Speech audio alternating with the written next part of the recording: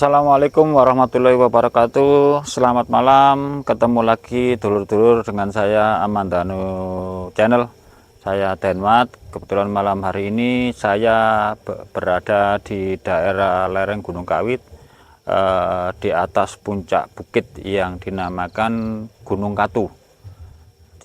Cukup lumayan sahabat-sahabat semua, perjalanan kami dari bawah ke atas membutuhkan waktu dan perjuangan yang cukup luar biasa. Untuk itu, sahabat Amandanu Channel semua, jangan kemana-mana, ikuti saya dalam eksplor malam hari ini ke dalam sebuah tempat yang sangat bersejarah dan bagian menjadi situs kota Malang. Untuk itu, ikuti terus langkah saya. Sahabat Amandanu Channel, sekarang saya sudah berada di pagar sebelah luar tempat yang saya tuju, yaitu tempat pesanggerahan yang sangat legendaris, di mana pesanggerahan ini merupakan satu tempat di mana sangat luar biasa. Dan nanti apa yang bisa saya eksplor, apa yang bisa saya sampaikan, saya ceritakan ya, di dalam eksplor malam hari ini. Sahabat semua, saya sekarang tepatnya berada di dalam pesanggerahan. Sahabat semua, bahwa tempat ini adalah merupakan situs di zaman kerajaan Singasari, yaitu tepatnya pesanggerahan yang sering ditempati oleh Raja Singasari yang terkenal, yaitu Ken Arok. Saudara semua, sahabat semua, dulur-dulur KB, tempat ini memang di atas bukit. Jadi sudah saya sebutkan di atas bukit. Bukit ini namanya disebut dengan Bukit Katu atau Gunung Katu. Orang sini menyebut Gunung Katu, khususnya di tepatnya ini di sebelahnya atau masuk wilayah Kecamatan Wagir, ya. Jadi Wagir sebelah timur. Memang tempat ini jarang dikunjungi orang dan hanya beberapa orang yang tahu bahwa tempat ini memang mengandung sebuah sejarah yang sangat luar biasa, di mana pada saat Ken Arok itu memerintah kerajaan Singasari, jika mengalami sebuah masalah atau mengalami sebuah kegundahan hatinya, dia membutuhkan sebuah inspirasi yang tinggi, maka biasanya Ken Arok melakukan perjalanan di tempat ini. Namun demikian, yang menjadi pemikiran atau menjadi galian daripada eksplor malam hari ini, ada sebuah saksi yang ada di sebelah belakang saya. Mari kita lihat bersama-sama sahabat semua. Ini di sebelah kiri ini ada sebuah bukti yang sangat konkret. Jadi sebuah kayak padepokan, kalau orang dulu menyebutin namanya padepokan, ya. Jadi padepokan ini ditandai dengan sebuah bentuk prasasti, ya. Prasasti di sini ada sebuah bentuk prasasti yang menggambarkan sebuah simbol daripada orang yang sedang duduk bersila, ya. Biasanya kalau zaman dulu mungkin ini tulisannya sudah hilang, tetapi batuan ini adalah bukan batuan dari jenis batuan yang biasa, tapi ini murni batuan dari batuan andesit. Kemudian di tempat ini sebagai bentuk yang berikutnya, situs yang ada di sini sebenarnya di pojok yang sebelah kiri, mohon maaf sahabat semua, ya saya pakai tangan kiri, itu sebuah simbol Aremania atau Malang, yaitu sebuah seekor singa. Cuman karena kejahilan tangan mungkin ya, bagi yang mungkin pengunjung ke sini, kepala ini kelihatannya memang sengaja diputus, jadi sehingga sekarang sudah tidak ada kepalanya. Sahabat semua, tanda daripada dua payung ini adalah sifat daripada pengayoman. Pengayoman itu artinya Ken Arok setiap kesini menginginkan petunjuk kepada Tuhan. Kalau zaman dulu namanya Sang Hyang Widi, yaitu ingin mencari sebuah jawaban daripada Tuhan, di mana tujuannya adalah untuk pengayoman kepada seluruh rakyatnya, ya. Jadi maka simbol di sini adalah simbol dibentuk dari sebuah simbol payung. Dan kenapa warna payung ini cenderung yang di sini putih dan hijau serta di sini merah, adalah yang merah adalah perlambang daripada perjuangan manusia hidup, sedangkan yang hijau dan putih adalah kebersihan daripada hati seseorang, sedangkan yang hijau adalah ketenangan hati seseorang. Jadi yang diharapkan oleh Ken Arok di sini adalah apabila hasil yang diterima dari Sang Hyang Widi, maka itulah petunjuk yang akan dilakukan oleh Ken Arok untuk diterapkan kepada rakyatnya. Tapi yang paling menarik sahabat semua, di sini ada sebuah batu yang apa ya, kosong tapi berlubang-lubang. Ya, ini ada 1, 2 yang kecil ini 1, 2, 3, 4, 5, 6, 7, 8 ya. Jadi kalau ini 3 kemudian tambah 3 berarti jumlahnya adalah 6 tambah 2 8, ini artinya 9. Kenapa yang paling tengah itu besar? Dari sebuah sejarah di Babat Kertagama itu ada dalam puput itu ya, disebut dalam pupuh, bukan puput, dalam pupuh. Itu dijelaskan ini adalah tempat untuk mengambil sebuah inspirasi yang dikenal dengan nama dakonan. Dakon, kalau orang sini ada dipakai permen dakon. Tetapi sesungguhnya bahwasanya simbol daripada dakon itu adalah menggambarkan 8 perkara kehidupan manusia. Semua itu akan bisa terwujud terkendali jika salah satu yang di tengah ini, tempat yang paling besar ini bisa dipegang dengan kebenaran hakiki yang kuat, sehingga 8 apapun di setiap penjuru manusia maka kendalinya ada di tengah. Nah, ini disebut dengan sebuah konsep pancer ya. Jadi artinya orang yang melakukan proses dakonan artinya permainan yang melompat-lompat. Maka Ken Arok mempunyai sebuah inspirasi pemahaman bahwasanya memang itulah kehidupan manusia yang selalu melompat-lompat. Tetapi yang diharapkan oleh Ken Arok bukan itu, justru kebalikannya. Maka melompat-lompat itu diharapkan tidak terjadi pada kehidupan manusia. Karena setiap manusia di dalam pemikirannya, di dalam kesehariannya, di dalam pola hatinya, pola perilakunya selalu melompat-lompat terhadap keinginannya, terhadap tujuannya, maka sesungguhnya tidak akan tercapai atau terwujud apa yang diinginkan. Nah, untuk itu simbol yang di tengah itu adalah mengharapkan supaya manusia tidak melompat-lompat di dalam setiap berpikirnya, dalam setiap bertindak. Jadi harapannya itu menjadi sebuah ikatan yang kuat, diikat yang kuat, sehingga kalau orang tidak melompat-lompat pola pikirnya, pola hatinya, kemudian perilakunya, maka apapun yang dia harapkan, apapun yang dia tuju, itu akan menemui sebuah wujud yang nyata, real, yang nyata.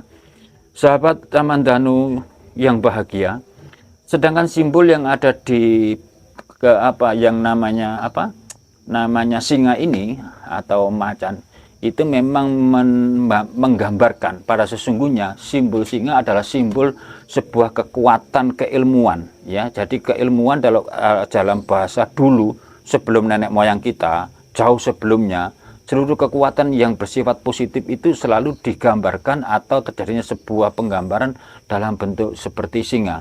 Mungkin bagi sahabat-sahabat yang paham kepada pembelajaran di dalam torikoh atau di dalam perilaku hatinya, mungkin akan mengerti kenapa singa itu menjadi simbol identik di dalam setiap orang berperilaku.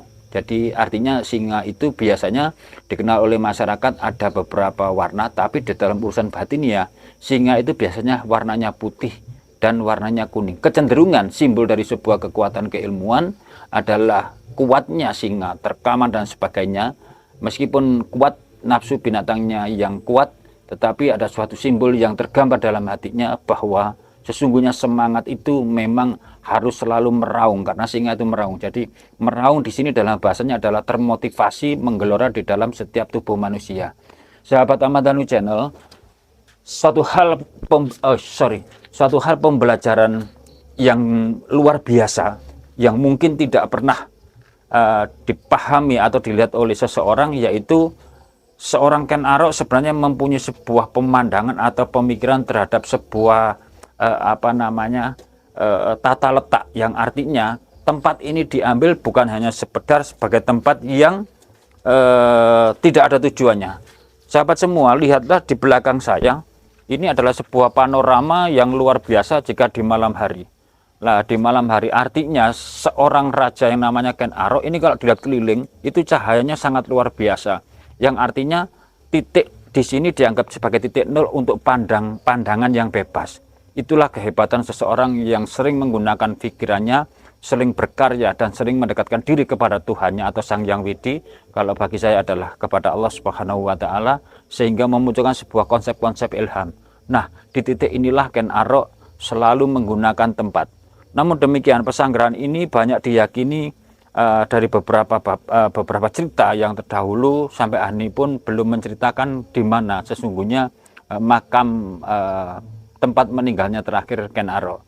Tetapi satu hal sahabat semua, di belakang saya juga ada simbol yang sangat luar biasa. Nah, simbol ini adalah bagian daripada sebuah keyakinan perilaku orang, di mana yang ada di tengah itu menggambarkan adalah refleksi setiap manusia. Dan kenapa ini diwarna kuning adalah gambar daripada setiap nurani manusia itu menggambarkan harus mempunyai polarisasi yang sangat kuat. Maka akan coba saya hitung 1, 2, 3, 4, 5, 6, 7, 8. Nah, ini sangat identik dengan dakon tadi.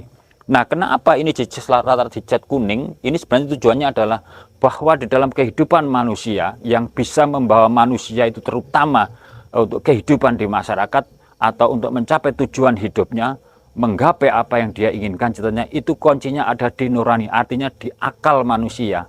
Maka bagi para sahabat siapapun yang melihat channel ini, mari kita gunakan kemampuan akal kita, kemampuan pikir kita untuk bisa kita gunakan secara maksimal. Dan itulah yang menjadi tujuan dalam hidup.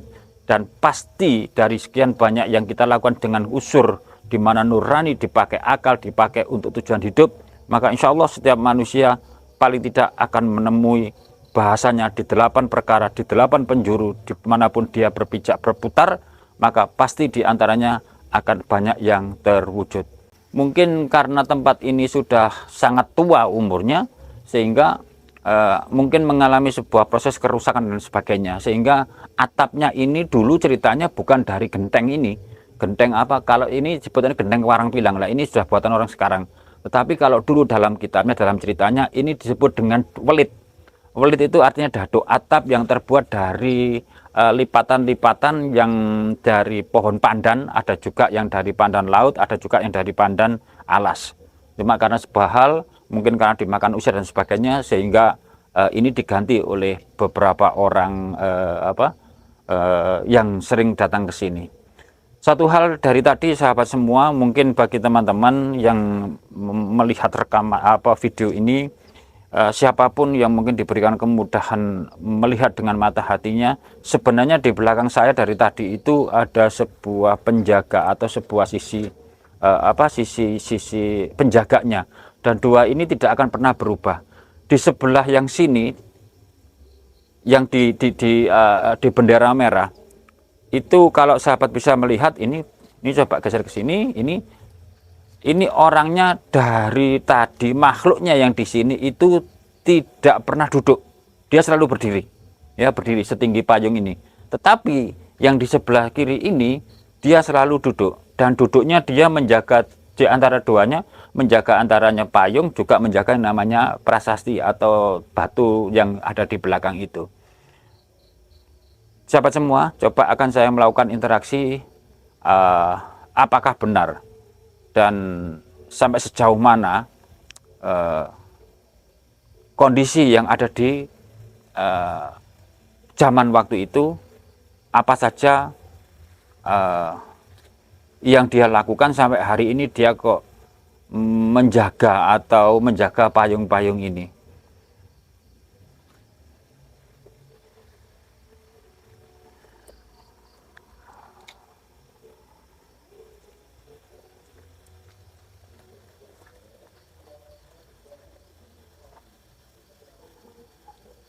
Sahabat semua, yang saya tangkap dari dua penjaga makhluk ini, dia mengatakan, kenapa kamu berada di sini? Apakah kamu sudah lama? Dia jawab kedua-duanya sama, karena ini sepasang. Dan saya tanya, kenapa dia sampai detik ini di zaman era yang sudah milenial, itu dia tetap di sini? Satu hal yang dia ceritakan bersama-sama, karena Ken Arok adalah keturunan seorang seorang pertapa atau seorang brahmana, sehingga hukumnya di mana dia sangat patuh dan bahagia serta bangga jika ditugaskan oleh Ken Arok. Artinya makhluk ini berada di sini memang ditugaskan untuk menjaga di sini. Dan karena perintah seorang raja, yang kedua juga karena keturunan dari seorang brahmana, bagi dia adalah suatu kehormatan yang luar biasa terhadap titah seseorang atau manusia yang memerintah dirinya. Nah, luar biasanya sampai hari ini dia tidak pernah bergeming dan tidak pernah berjalan kemana-mana pun. Untuk itu sahabat semua, ini menjadikan sebuah gambaran di dalam diri kita, termasuk Anda-Anda sekalian. Maka satu hal, bahwa seseorang yang sudah diperintah oleh orang yang lebih mulia, orang yang lebih tinggi kedudukan derajat batiniahnya, kemudian derajat pangkatnya, dengan sifat yang arif dan bijaksana, maka seyogianya perintah itu dipegang dengan sungguh-sungguh dan dijalankan dengan semestinya, dan dia bertanggung jawab terhadap apa yang diperintahkan oleh yang memerintahkan. Tadi sedikit dia juga menyampaikan kepada saya, jika sudah selesai dia juga mengucapkan terima kasih, dan saya memang ini unik sekali sahabat semua, saya dipersilahkan, bukan diusir, tapi dipersilahkan untuk segera turun ke sini karena sebentar lagi ada sesuatu ritual yang dia lakukan. Untuk itu sahabat semua, demikianlah yang bisa saya eksplor pada malam hari ini, yang pada intinya bahwa tempat ini adalah bagian dari sebuah situs atau sejarah yang menjadikan kota Malang, khususnya Malang Raya, dan mampu menjadi sebuah kerajaan yang sangat luar biasa dan cukup disegani di segala penjuru dunia. Nah, sekali lagi sahabat semua, satu hal yang menjadi kesimpulan saya di malam hari ini adalah kita harus tetap bangga mengingat, mendengar, dan harus membuka mata telinga kita bahwa perjuangan beliau-beliau yang dulu meski di zaman kerajaan itu adalah sebuah perjuangan yang dilakukan secara totalitas, yang artinya manusia yang sekarang di dalam setiap kehidupannya, di dalam menjangkau hidupnya juga harus melakukan dengan sungguh-sungguh, artinya melakukan dengan totalitas. Dan yang berikutnya, sebuah perjuangan seperti yang dicerminkan di sini, karena di atas gunung, jadi membutuhkan sebuah perjuangan yang susah. Artinya ada sebuah proses perjuangan yang ditempuh, seperti saya tadi dari bawah ke atas melakukan proses perjuangan yang sangat luar biasa. Nah, hidup juga demikian. Tidak ada ceritanya orang akan bisa berhasil jika dia tidak melakukan proses perjuangan.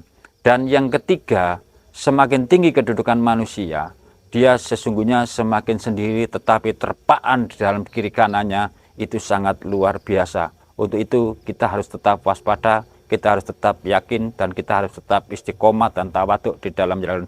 Dan sekali lagi, contoh yang dilakukan Ken Arok adalah contoh yang patut kita tiru atau kita contoh, di mana di tempat tinggi dia selalu bermeditasi atau berdoa kepada Tuhan yang Maha Kuasa. Maka itulah kunci utamanya di dalam mencapai tujuan pencapaian batininya. Untuk itu sekali lagi sahabat semua, ojo lali dulur-dulur kabeh melaku tekoni sore menguwado munggalur, sumpah temenan iki. Iya, ojo lali meneh ya, bantu supaya channel ini berkembang. Aku seneng. Jadi sampean seneng, aku melok bahagia, yang artinya satu sentuhan jari anja driji sampean alus, sampean seneng, sampean bahagia, aku melok bahagia. Dari atas puncak Gunung Katu, Kecamatan Wagir, saya ada kurang lebihnya mohon maaf. Jumpa kembali di video yang akan datang. Selamat malam, salam sejahtera, salam sehat. Mudah-mudahan selalu diberikan rezeki yang melimpah ruah kepada siapapun yang melihat channel ini. Ada kurang lebihnya, saya Amandanu Channel Denmat, mohon maaf yang sebesar-besarnya. Bila taufiq wal hidayah, assalamualaikum warahmatullahi wabarakatuh. Ketemu lagi.